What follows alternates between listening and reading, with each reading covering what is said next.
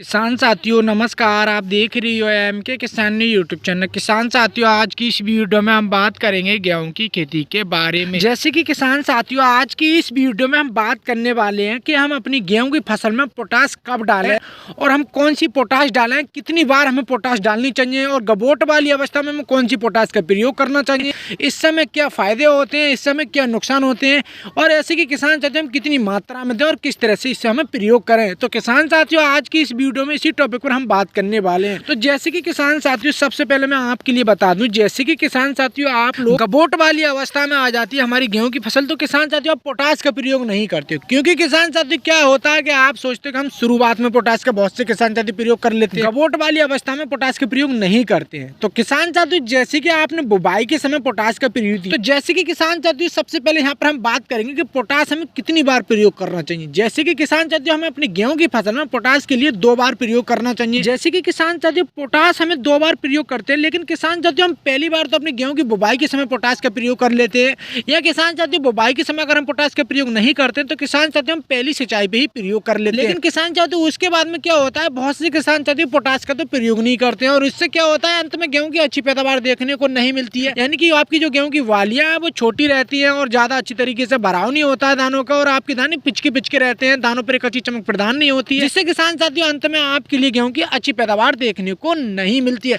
तो किसान साथियों ऐसे कि आपने एक बार पोटाश का तो प्रयोग शुरुआत में कर लिया या किसान साथियों आपने पहली सिंचाई पे कर ली, लेकिन किसान साथियों हमें दूसरी बार पोटाश का भी प्रयोग करना चाहिए। जैसे कि किसान साथियों हमारी जो गेहूं की फसल गबोट वाली अवस्था में होती है, यानी कि हमारी वालियां निकलने चालू हो जाती हैं, आप देखते हैं कि हमारी जो वालियां होती हैं वो गोल बनना चालू हो जाती हैं, तो किसान साथियों समझ लेना चाहिए कि अब हमारी गबोट वाली अवस्था में हमारी गेहूं की फसल आनी है। 3 से 4 दिन बाद गबोट वाली अवस्था में हमारी गेहूं की फसल आ जाएगी, तो हमें किसान साथियों पोटाश का प्रयोग कर लेना चाहिए। तो किसान साथियों गबोट वाली अवस्था में हमें कौन सा ऐसा पोटाश का प्रयोग करना चाहिए, जैसे कि किसान साथियों एक आती है हमारी एमओपी पोटाश आती है, म्यूरेट ऑफ पोटाश। तो किसान साथियों म्यूरेट ऑफ पोटाश आती है तो किसान साथियों उसको हमें दानेदार होती है, तो किसान साथियों 25 kg प्रति एकड़ के हिसाब से हम प्रयोग कर सकते हैं। लेकिन किसान साथियों हम दानेदार का तो प्रयोग करते हैं, तो किसान साथियों क्या होता है जैसे कि हम दानेदार का प्रयोग जब भी करें जब हमारे खेत में नमी होनी चाहिए, तो किसान साथियों पोटाश हम उस टाइम प्रयोग करते हैं दानेदार का। तो दानेदार का किसान साथियों क्या हो जाता है हमें अच्छा रिजल्ट देखने को मिलता नहीं है, क्योंकि किसान साथियों इसका 3 से 4 दिन या 4 से 5 दिन हमें रिजल्ट देखने में लग जाता है। तो किसान साथियों ऐसा होता है हमारी 10 से 15% तक हमारी वालियां निकल आती हैं, तो किसान साथियों इसको हम प्रयोग करते हैं, तो किसान साथियों क्या होता है और 15% हमारी जमीन पर रह जाती है और किसान साथियों इसका 30 से 40% हमें लाभ देखने को मिलता है। तो किसान साथियों इसको प्रयोग करते हैं, तो किसान साथियों 25 kg प्रति एकड़ के हिसाब से ले लेते हैं। और किसान साथियों बात करते हैं हम एक स्प्रे के रूप में हमें पोटाश का भी प्रयोग करना चाहिए। जैसे कि किसान साथियों एक हमारी आती है एनपीके 0050। 0050 में क्या होती है पोटेशियम यानी कि पोटाश। तो किसान साथियों इसमें पोटाश हमारी 50% होती है और किसान साथियों 0% हमारी नाइट्रोजन होती है और 0% हमारी फास्फोरस होती है। तो किसान साथियों हमारी जो 50% पोटाश होती है किसान साथियों, तो इसमें क्या होता है जैसे कि हम स्प्रे के रूप में इसका प्रयोग कर लेते हैं, तो किसान साथियों हमें अंत में गेहूं की अच्छी पैदावार देखने को मिल जाती है। क्योंकि किसान साथियों क्या होता है कि हमारे पौधे के लिए एक अच्छी मजबूती प्रदान हो जाती है, क्योंकि किसान साथियों हमारी जब वालियां निकलती हैं तो किसान साथियों हमारे पौधे के लिए एक अच्छी मजबूती प्रदान नहीं होती है,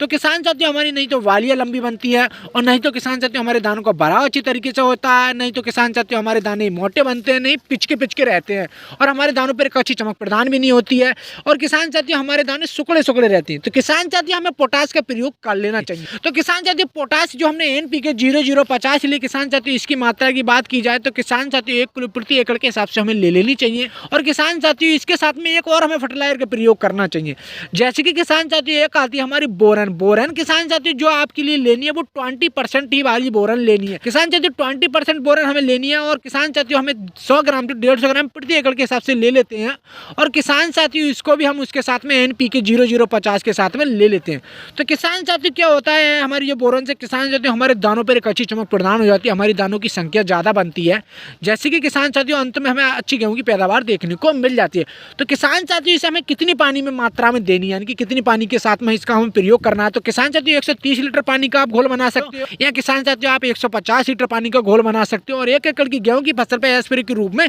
प्रयोग कर सकते हो, जिससे किसान साथियों क्या होता है हमारे पौधे के लिए एक अच्छी मजबूती प्रदान हो जाती है और किसान साथियों हमारी गेहूं की वालियां अच्छी बनती हैं, यानी कि लंबी बनती है, हमारे दानों को भराव अच्छी तरीके से हो जाता है, हमारे दाने सुकड़े नहीं रहते हैं और हमारे दानों पे एक अच्छी चमक प्रदान हो जाती है, जिससे किसान साथियों अंत में हमें गेहूं की अच्छी पैदावार देखने को मिल जाती है। तो किसान साथियों जो हम NPK 0050 लेते हैं किसान साथियों हम स्प्रे के रूप में तो प्रयोग करते हैं, तो किसान साथियों स्प्रे के रूप में हम प्रयोग कर रहे हैं, किसान साथियों क्या होता है हमें हमारी डायरेक्ट पत्तियों पर अटैक करता है, यानी कि डायरेक्ट हमारी वालियों पर अटैक करता है, तो इसका रिजल्ट हमें 24 घंटे के बाद ही तुरंत देखने को मिल जाता है। तो किसान साथियों आप स्प्रे के रूप में भी प्रयोग कर सकते हो और किसान साथियों आप दानेदार का भी प्रयोग कर सकते हो। किसान साथियों ये आपके ऊपर डिपेंड है आप किस तरह से प्रयोग करना चाहते हो। तो किसान साथियों मैंने आपके लिए जो मात्रा बताई किसान साथियों आप वही मात्रा का प्रयोग करें, आप ज्यादा मात्रा का ना प्रयोग करें। और किसान साथियों आप इस साथ में कोई ऐसा फर्टिलाइजर का प्रयोग ना करें कि आपकी जो गेहूं के पौधों की ग्रोथ बढ़ा सके। किसान साथियों अब इस टाइम हमारे पौधे की ग्रोथ की हमें जरूरत नहीं है, हमें सिर्फ अपने पौधे के लिए एक अच्छी मजबूती प्रदान करनी है, जिससे किसान साथियों हमारी गेहूं की बालियां लंबी बने, हमारे दानों का भराव अच्छी तरीके से हो जाए, हमारे दानों की संख्या ज्यादा रहे, हमारे दानों पर एक अच्छी चमक प्रदान हो जाए, जिससे किसान साथियों